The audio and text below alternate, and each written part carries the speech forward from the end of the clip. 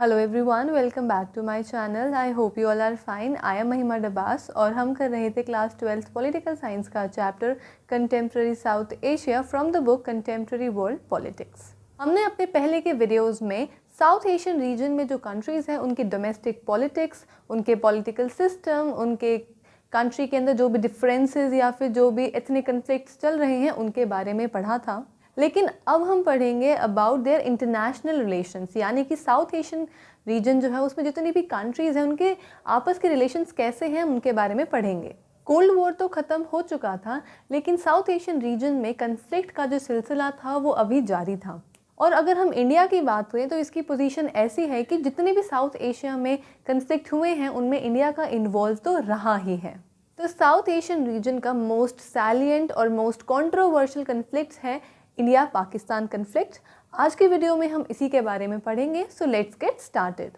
Partition होने के just बाद इंडिया और पाकिस्तान में कश्मीर इशू की वजह से कन्फ्लिक्ट पैदा हुआ। पाकिस्तानी गवर्नमेंट ने क्लेम किया कि कश्मीर हमारा हिस्सा है। 1947 और 1948 में एक वॉर हुई between India and Pakistan, but उसके बावजूद भी जो मैटर था कश्मीर का वो सेटल नहीं हो पाया और कश्मीर प्रोविंस के दो हिस्से हो गए।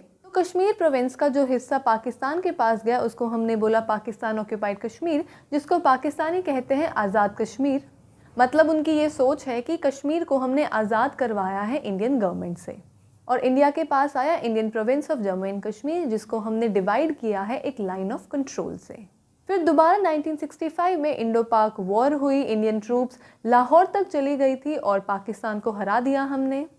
फिर 1971 में दोबारा इंडिया पाकिस्तान की वॉर हुई बांग्लादेश को लेकर, बट जो कश्मीर इशू था वो फिर से अनसेटल्ड रह गया और दोनों ही कंट्रीज़ में आर्म्स रेस चल रही थी। जैसे कि हमने कोल्ड वॉर के टाइम में देखा था, यूएसएसआर और यूएस दोनों आर्म्स रेस में लगे हुए थे, बहुत ज़्यादा मास डिस्ट्रक्शन के वेपन्स प्रोड्यूस कर रहे थे। उसी तरीके से इंडिया और पाकिस्तान भी एक आर्म्स रेस में थे।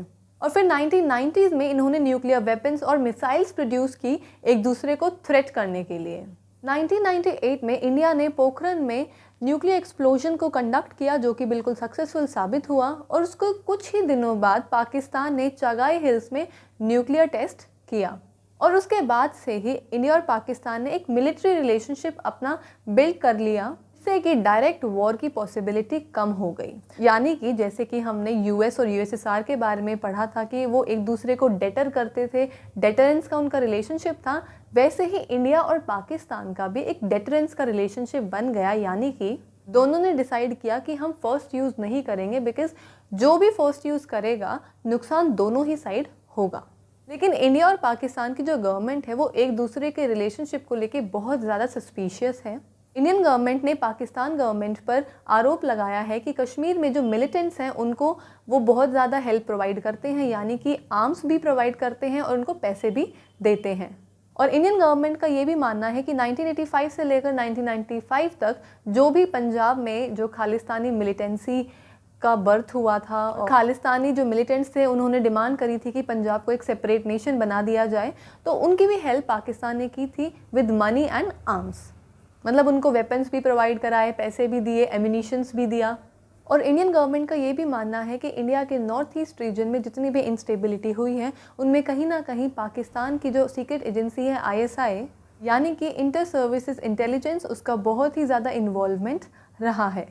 और उनका ये भी मानना है कि आईएसआई बांग्लादेश और नेपाल से सीक्रेटली ऑपरेट करती है। इसके जवाब में जो पाकिस्तान गवर्नमेंट है वो इंडिया को ब्लेम करती है कि जो पाकिस्तान का एरिया है सिंध और बलूचिस्तान का, वहाँ पर जितनी भी इंस्टेबिलिटी है वो सारी इंडियन गवर्नमेंट की वजह से हो रही है। इंडिया और पाकिस्तान का कन्फ्लिक्ट रिवर वाटर शेयरिंग पर भी है। 1960 तक इंडिया और पाकिस्तान में बहुत बड़ा आर्ग्यूमेंट चल रहा था इंदस रिवर के वाटर शेयरिंग पर।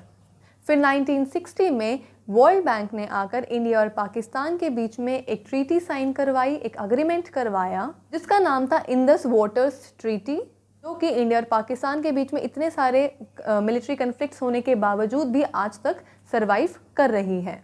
लेकिन कहीं ना कहीं अभी भी माइनर डिफरेंसेस हैं इस ट्रीटी को लेकर, यानी कि कैसे इसको इंटरप्रेट किया जाए और कैसे हम पानी को शेयर करें। थोड़े बहुत मतलब माइनर डिफरेंसेस हैं, बट स्टिल काम चल रहा है दोनों कंट्रीज़ का। सर क्रीक लाइन है रन ऑफ कच्छ में, उसके डिमार्केशन को लेकर भी दोनों कंट्रीज़ के बीच में कन्फ्लिक्ट चल रहा है। ये डिफरेंस दिखने में तो बहुत ज़्यादा छोटा सा माइनर सा लग रहा है, बट प्रॉब्लम ये है कि ये सेटल कैसे किया जाएगा, जिसकी वजह से जो सर क्रीक के एडजॉइनिंग एरियाज़ में जो सी रिसोर्सेज हैं उस पर भी बहुत ज़्यादा इम्पैक्ट पड़ेगा, क्योंकि फिर क्वेश्चन ये आएगा कि कौन सी कंट्री इन रिसोर्सेज को कंट्रोल करेंगी। इंडिया और पाकिस्तान दोनों कंट्रीज़ मिलकर इन सारे के सारे इश्यूज़ पर नेगोशिएट कर रही हैं। कन्फ्लिक्ट तो इंडिया और पाकिस्तान में आज भी बहुत सारे हैं और जो सिचुएशन है वो पहले से बहुत ज़्यादा ख़राब है। रिलेशनशिप बिल्कुल ही दोनों कंट्रीज़ के ख़राब हो चुके हैं। POK का इशू अभी तक सेटल नहीं हुआ, बहुत सारी स्ट्राइक्स हुई हैं, टेररिज्म पाकिस्तान में बहुत ज़्यादा बढ़ रहा है, Uri strike, Balakot air strike, हमने बहुत सारी चीज़ें देखी हैं। बट NCERT में अभी तक ये सब कंटेंट ऐड नहीं हुआ है, तो जितना भी मैंने अभी आपको पढ़ाया है NCERT के पॉइंट ऑफ व्यू से वो मोर देन इनफ है। सिर्फ हम इसी चीज़ को कंसिडर करके रखेंगे। सो दैट्स इट, आज के वीडियो में इतना ही। नेक्स्ट वीडियो में हम पढ़ेंगे about India and it's other neighbours. तो अगर आपको मेरी वीडियो अच्छी लगी हो, so you know the drill, like, share and subscribe. Thank you and stay safe.